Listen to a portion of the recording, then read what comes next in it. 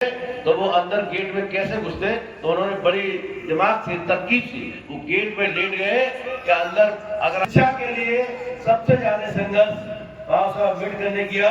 और आज जैसे मेरे भाई भी कह रहे थे कि जितने भी लोग बैठे हुए सभी लोग फोन रखते हैं, फोन में नंबर है। पढ़ लिख करके सबसे पहला आंदोलन तालाब का पानी पशु पी सकता था, हमारे बुजुर्ग नहीं पी सकते थे। ये आंदोलन अगर किया सबसे पहले तो बाबा साहब अम्बेडकर ने किया, इसलिए नहीं किया कि हमारे पूर्वज।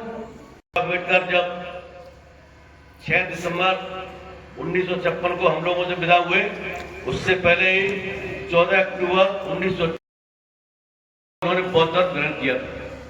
लेकिन पढ़ लिख करके वो आकर के मंदिर में प्रवेश के लिए उन्होंने आंदोलन किया।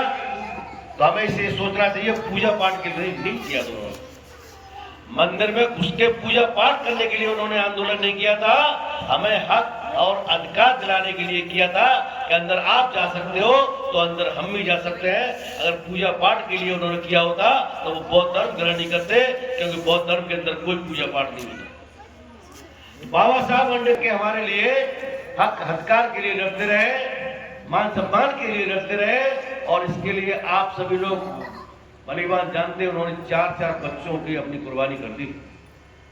माता रमाबाई की थी, आज के समय मैं पूछता हूँ इतनी माँ बैठी है, कोई ऐसी माँ है जो अपने बच्चे को पैसे भेज देगी कि नहीं मैं पहले अपने बच्चे के लिए दवा दिलाऊंगी और पैसा बचेगा तब अपने पति के लिए भेजूंगी। बोलिए मैं गलत कह रहा हूँ सही कह रहा हूँ?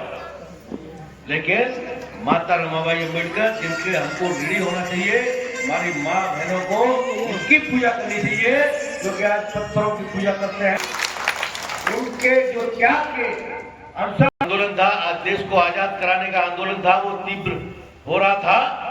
अंग्रेजों ने ये मन बना लिया था कि हम भारत को आजाद करेंगे। तो उस समय जो मुख्य पार्टियां थी, गांधी एंड कंपनी, कांग्रेस के लोग, जवाहरलाल नेहरू, ये लोग थे, इनसे अंग्रेजों की वार्ता हो रही थी। अंग्रेज कह रहे थे भाई अगर राजा महाराजाओं की प्रवृत्ति के हिसाब से चलाना चाहते थे, जैसे राजा का बेटा ही राजा होगा, रानी के पेट से जो पैदा होगा वही राजा होगा, उसके हिसाब से चलाने के लिए उन्होंने योजना अंग्रेजों को बताई कि हमारे यहाँ जो भी पढ़े लिखे होंगे, ग्रेजुएट नाम लिखा हुआ है, विश्व में कोई अगर सबसे ज्यादा पढ़ा लिखा है, सबसे ज्यादा विद्वान है तो बाबा साहब। जब आजाद की बात चल रही थी उससे पहले ही बाबा साहब अम्बेडकर ने अपने पत्र अंग्रेजों को देना शुरू कर दिया था। अंग्रेज इतनी बढ़िया थी उनकी कि अंग्रेज उनके पत्रों को पढ़ते थे और पढ़ करके वो उनके पत्रों का जवाब भी देते थे, चाहे वो कांग्रेस के पत्र का जवाब दे या नहीं दे, गांधी जी के पत्र का जवाब दे या नहीं दे, लेकिन बाबा साहब अम्बेडकर के हर पत्र का वो जवाब दिया करते थे। तो बाबा साहब अम्बेडकर से पूछा, भाई अम्बेडकर आप बताइए ये तो इस तरह चाहते हैं? उन्होंने कहा नहीं, ऐसा नहीं होगा। मेरा समाज में ना तो कोई पढ़ा लिखा है, ना कोई पूंजीपति है, ना कोई जमींदार है, तो मेरे समाज को तो चाहे वो अमीर है, गरीब है, राजा रंग है, जिसकी उम्र 21 साल होगी, जो बालिग होगा वो वोट डालेगा, वोट डालने के बाद में जो भी जीत करके आएगा वो सरकार बनाएंगे, वो सरकार चलाएंगे।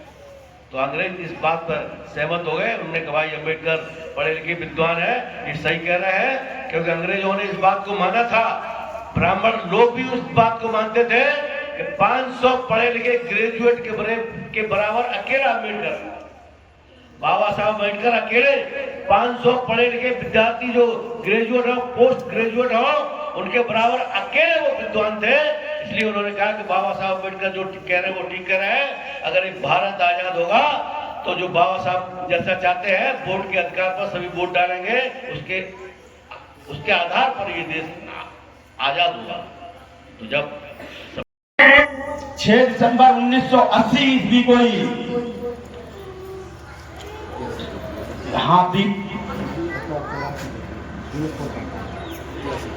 हाँ 81 ईस्वी को 6 दिसंबर सन 1981 ईस्वी को DS4 का जो है गठन किया।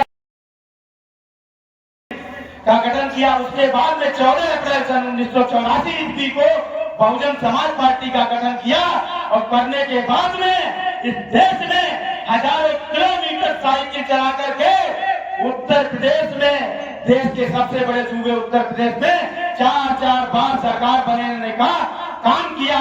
और उन्होंने नारा क्या दिया था, 15 छोड़ 85 जोड़, ब्राह्मण क्षत्रिय वैश्य छोड़ 15 छोड़ 85 जोड़। लेकिन इस नारा को चेंज कर दिया गया, सर्वजन हिताय सर्वजन सुखाय कर दिया गया। उसी दिन से ये चीज ग्राफ डाउन होते चला गया बहुजन समाज पार्टी का। ये चीजें हो गई इसीलिए क्योंकि वहां से जब बात नहीं बनी, उसके बाद में एडवोकेट भीम आदि भारत एकता मिशन का गठन किया और इस देश में